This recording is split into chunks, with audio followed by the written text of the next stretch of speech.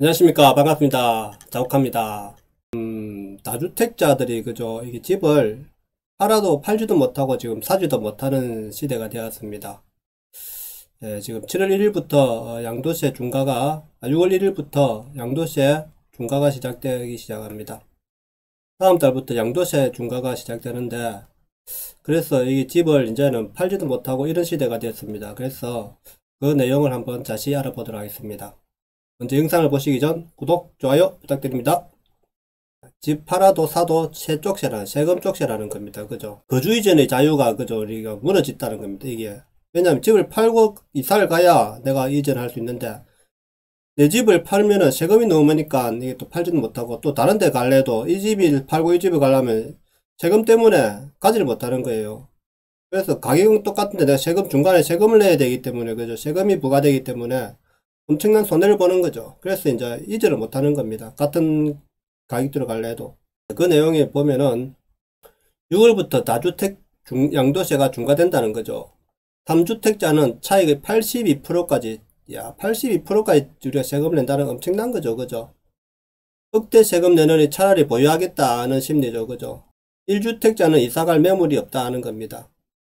그 내용을 자세히 보면은 3주택자 마포 레미안 프로지오 취득가가 10억이고 양도가가 17억일 때 시액 변화를 보면은, 원래 취득가가 10억 아닐 수도 있죠. 옛날에 오래됐으면은 이게 5억일 수도 있고 이렇거든요. 이게 지금. 그러면은 뭐 엄청나게 올랐죠.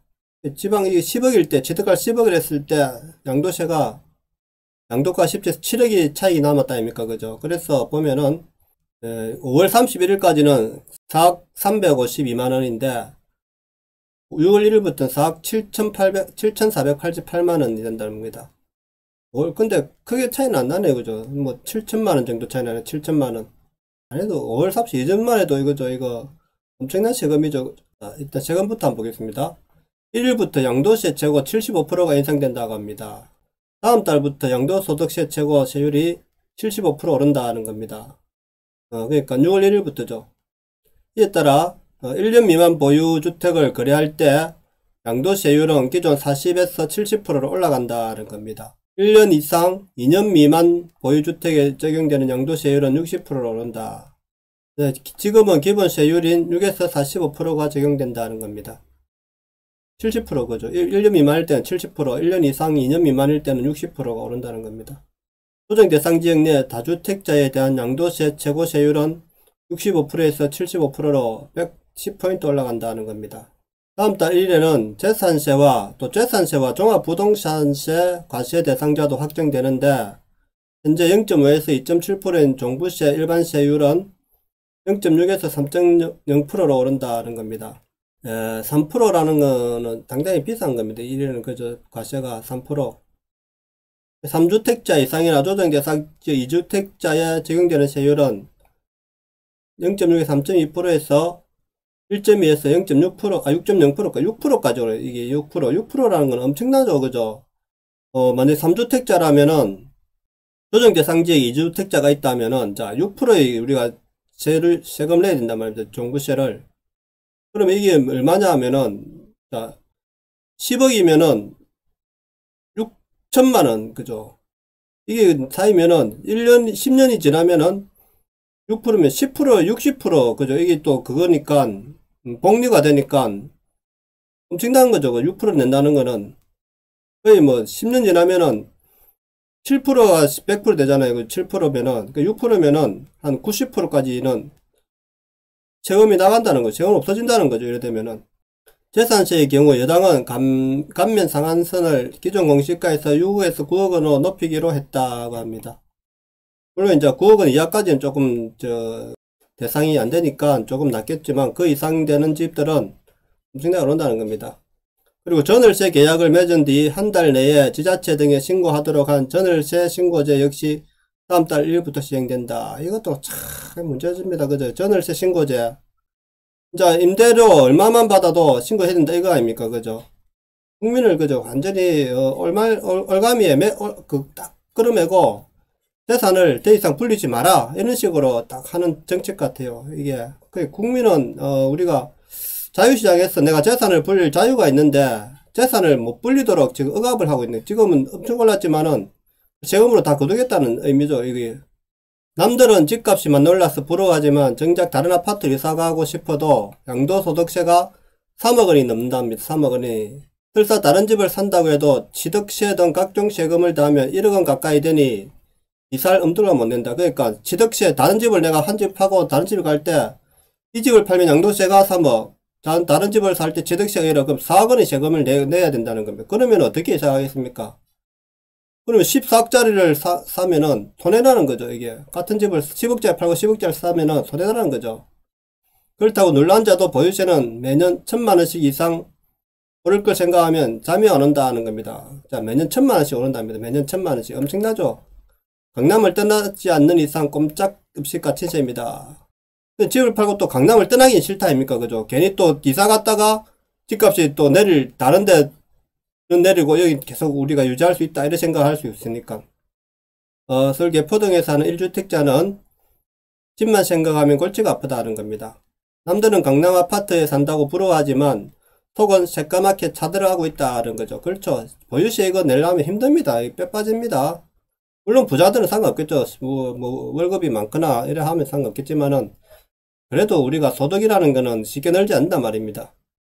6월 1일부터 집값 상승과 공시가 급등으로 다주택자뿐만 아니라 자신처럼 1주택자도 보유세 부담이 늘어나지만 자녀 교육과 직주 근접, 직장과 집이 가까운 환경, 생활 인프라 등을 고려하면 다른 지역으로 이사는 음강생심이다. 이제 강남에 우리가 근처에 집이 있고 직장이 있다 아닙니까? 그런 사람들이 이제는 다른 지역에 이사 가기는 좀 힘들다 아닙니까? 또 교통이 소련의 지역이니까 그게 이제 가까이 사는 이유가 뒷자리가 가까워서 사는 건데 이제는 이 보유세까지 늘어나니까 힘든 거죠. 이래 되면은 이는 강남뿐 아니라 서울 전역에서 벌어지는 현상이다는 겁니다. 서울 전역에 그죠? 거의 뭐 한 중상위권은 다 이래 될 겁니다. 그죠? 정부가 다주택자들의 매물 철회를 위해 6월부터 보유세와 거래세를 대폭 끌어올렸지만 김씨 같은 1주택자들도 헌법상 기본권인 거주이동의 자유를 박탈당하고 있다. 이 거주이동의 자유가 박탈돼. 그러니까 세금으로 우리 거주이동의 자유가 박탈됐다는 겁니다. 재산을 내놓고 가라 이 말입니까? 그 정부는. 이게 문제죠. 우리가 헌법에 위배되는 지금 정책을 하고 있다는 겁니다. 정부가. 다주택자들은 집값이 오르는 상황에서 굳이 집을 팔 필요를 못 느끼고 있다. 그렇죠. 자, 집값이 계속 오른다는 굳이 우리가 이런 신호를 계속 보내잖아요. 자, 강남은 집을 갖고 있으면 계속 오른다는 이제 이런 그 때문에 우리가 지금은 이제 팔지 않는다는 겁니다. 1주택자들은 집을 넓히거나 새 집으로 이사하려 해도 과도한 세금의 벽에 가로막혔다. 특히 같은 지역의 집값이 일찍 오르다 보니 비슷한 주거 환경으로 이사를 꿈꾸는 건 세금과 이사비만 낭비하는 바보짓이 되어버렸다. 그렇죠. 이게 같은 집이 근처로 그저 약간 다른 그 근처로 이사 가려 해도 세금 때문에 못 간다는 겁니다. 이제는. 그러면 그 집에서 오선에 살아야 된다는 보유세를 내면서 살아야 된다는 겁니다. 그러면 이게 10년 지나면은 한 30년 지나면은 내 집이 아니라는 거죠. 이래 되면은 3%만 내도 그죠. 30년 지나면은 한 거의 세금으로 다 뜯기는 거 아닙니까? 집값이 오르지 않는 이상은. 올랐으면 상관없지만 세금이 많다고 좋아할 일도 아닙니다. 이게 우리가 무주택자들이 이거를 그저 좋아할 일도 아니죠. 결국에는 모든 우리가 거주의적인 자유가 없어지면은 경제가 폭망한다는 겁니다. 지금은 이제 올랐으니까 사람들이 살려는 사람이 많았기 때문에 세금이 많이 거치지만은 앞으로 거래가 안 일어나면 보유세만 이제 계속 나는 거죠. 거래세는 없고. 이게 왜 그러냐면 지난 4년간 서울 공급을 틀어막은 게 근본이지만 4년이 아니죠. 지난 10년간 이게 공급을 안 했다 아닙니까? 거의. 그래서 이게 누직된 거죠. 집값 과열기에 정부가 다주택자들의 테러를 막은 게 뼈아픈 실책이다. 그리고 이게 보유세를 올리기 전에 양도세를 먼저 올리고 그 다음에 보유세를 올리지 않습니까? 자, 양도세를 먼저 올리고 그러니까 보유세를 올리고 그 다음 파는 사람 빼게 해주고 그 다음에 양도세를 올려야 되는데 만약에 한다도 안 팔고 있으면 그 양도세를 올려야 되죠. 그런데 테러를 차단한 거죠. 우리가 오르기 전에 서울 대치동 엄마아파트 A 공인중개사 대표는 정부가 다주택자 매물을 늘리겠다고 양도세 중과를 발표했지만 몸으로 체감할 만큼 매물이 늘어난 적은 없었다. 버티는 거죠. 아직까지는. 그런데 오히려 정부 정책 때문에 1주택자들도 집을 팔지도 사지도 못하는 거래 절벽만 심해졌다. 이게 규제의 그죠? 규제를 하면은 이렇게 시장이 무너진다는 거예요. 시장이. 그러니까 모든 것은 시장 질서에 의해서 나누면은 이렇게까지 안 오르죠. 정부가 이번에 정책을 잘못한 거죠. 완전히 잘못한 거죠. 아예 시장에 맡겨놨으면 이렇게까지 안 오른단 말입니다. 그리고 공급을 우리가 규제를 했잖아요. 공급 규제를. 이 규제가 없어야죠. 시장에. 정부 공공도 많이 공급해야 되지만 민간에서 자율적으로 공급이 되게 해야 된단 말입니다. 민간에서. 그리고 재개발 우리가 요번에 박원순 시장이 10년 동안 재개발 못하겠다 묶어놨잖아요. 그죠? 이게 무슨 법을 이상하게 만들어놔가지고. 그걸 이제 푸는데 지금이라도 이제 지어야 되는데 이게 3년 안에 지금 그게 해결날 것 같지도 않죠. 그죠? 빨리 되지도 않을 것 같죠. 6월 1일부터 조정 대상 지역 내 다주택자가 내는 양도세 중과세율은 10%씩 인상된다. 자, 다주택 10%면 크죠. 10%. 세금 10%라는 건 엄청 큽니다. 기본세율 플러스 10%였던 2주택자 중과세율은 기본세율 플러스 20%로 기본세율이 20%였던 3주택자 이상 보유자는 기본세율 플러스 30%가 된다는 겁니다. 엄청나죠. 그죠? 기존 세율도 센데 지금 그거다가 더 지금 중과 10%씩 더 중과를 한다는 겁니다. 뭐 도둑이죠. 도둑. 정부가 이래야 되면 세금을 도둑처럼 그죠? 끌고 가는 거죠. 대부분 집값이 10억이 넘는 강남은 기본세율을 45% 적용받는다. 게다가 보유한 집이 세 채가 안 넘으면 30%가 추가돼 총 75%의 세율이 적용된다. 엄청나죠. 45%라는 건 엄청난 거고 그거다가 30% 추가되면 75%의 세율이라는 건 엄청난 거죠. 여기에 지방소득세를 합산하면 집을 팔 때 최고 82.5% 정도의 세금을 물어야 한다. 야, 10억 남아도 2억도 안 나는데 이거 말 아닙니까? 그죠? 3주택자가 5억원의 차익을 본 집 한 채를 팔 경우 4억원이 넘는 양도세를 내는 셈이다. 결국 다주택자를 잡으려는 규제가 거래극감과 집값 상승 기대감만 키워 1주택자들이나 무주택 실수요자들의 거주의 자유까지 앗아간 꼴이 됐다는 겁니다. 그렇죠. 이게 그래서 규제라는 것을 법을 우리가 시장에 대응하는 규제 정책은 이게 함부로 쓰면 안 된다는 겁니다. 규제 정책은. 그래서 웬만하면 시장의 자유를 맡기고 거기다가 문제점 되는 것만 콕콕 집어서 우리가 포인트만 딱딱 해가지고 해결해야지. 그걸 시장을 전체적으로 규제를 해버렸다. 그러면은 폭등이 되는 거죠. 이게 핵심이 이 바벨탈처럼 폭등되는 겁니다. 이게 가격이. 그러면은 이거를 해결하는 방법은 역사적으로 볼 때 우리가 시장을 그냥 규제 정책을 다 포기를 해버리는 겁니다. 규제 정책을 다 포기를 해버리면 다시 시장이 안정화가 되고 가격이 전체적으로 이 공급이 민간에서 공급이 엄청나게 늘죠. 그죠? 그래 되면은 지금 민간에서 공급을 엄청나게 늘려야 됩니다. 지금. 그런데도 그걸 못하죠. 왜냐하면 이때까지 현 정책에 반대로 하면은 오히려 집값이 더 오를 수 있다는 신호를 주는 거죠. 소리는. 그래서 이게 함부로 그 정책을 또 못 돌아간다는 겁니다. 지금 현재. 그러니까 딜레마에 빠졌죠. 자가당착. 지금 이제 민주당은 자가당착에 빠졌죠. 그래서 지금 현재 현 정부는 이러지도 저러지도 못하는 겁니다. 지금 규제를 풀려도 그렇고 그렇다고 규제를 안 풀려도 그렇고 지금. 그래서 어떻게 하나 이 정부는 지금 무너지게 돼 있습니다. 부동산 정책 때문에. 빨리 무너져 가지고 다음 정부에서 이걸 또 어떻게 해결해야 될지 참 막연하지만 저는 역사가 증명이죠. 모든 역사는 규제 정책을 완전히 철폐하고 거의 시장의 자유에 버금가는 정책으로 다시 시장의 질서에 의해서 가격이 형성되도록 놔둬놓는 겁니다. 시장 질서에 의해서. 그러면은 공급과 수요가 일치하는 선까지 이제 지나서 공급이 많아지는 시기까지 가야 되는 거죠.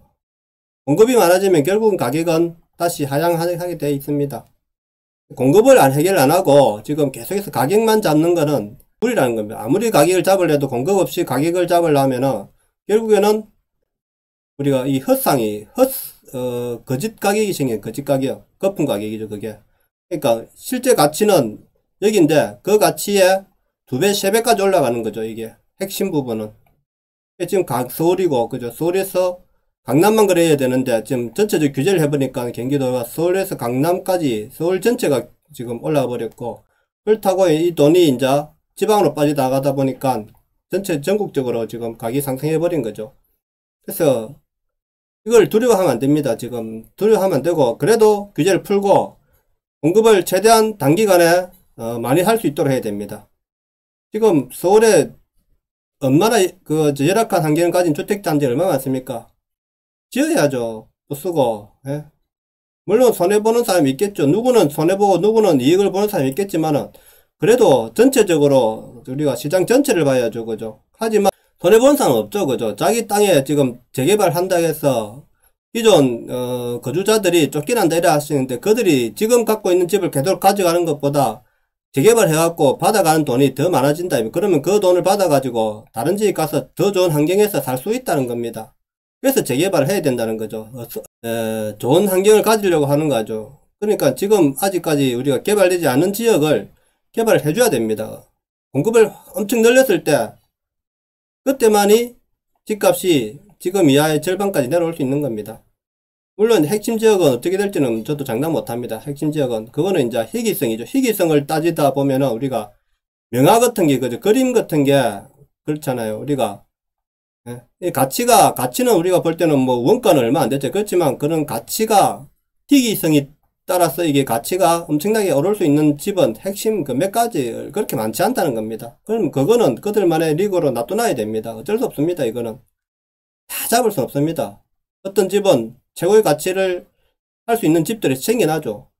그렇지만 그걸 잡기 위해서 자꾸 전체적으로 다 올릴 필요는 없잖아요. 그죠? 집 한 개가 올라간다고 해서 그걸 잡기 위해서 이게 두드려놨을 때는 다 옆으로 퍼진다는 거죠. 이게 어떻게 뭐 이해하는지 모르겠지만은 하여튼 이거는 정부 정책의 실패입니다. 이거 우리나라가 지금 정부 정책의 실패를 지금 우리가 노무현 정권 한번 겪었잖아요. 이거를 한번 겪었는데도 그걸 계속 밀어붙여 갖고 안 되는 전문가들이나 일반인들이 봤을 때도 이게 해결할 수 없는 부동산 정책 해결할 수 없는 방향으로 갔는데도 계속해서 밀어붙였지 않습니까? 그죠? 그리고 그걸 따라가면서 이게 선제 공격을 한 것도 아니고 선제 대응을 한 것도 아니고 따라가면서 했으니까 계속 오르면 때리고 하니까 그게 더 퍼지는 거죠. 더 빨리 퍼진 거죠. 이래 되니까 미리 선제적으로 딱 강남만 잡고 나머지는 놔두놨어요. 옛날에 노무현 정권 때도 강남 집값이 계속 오르고, 그죠? 서울 전체적으로 이제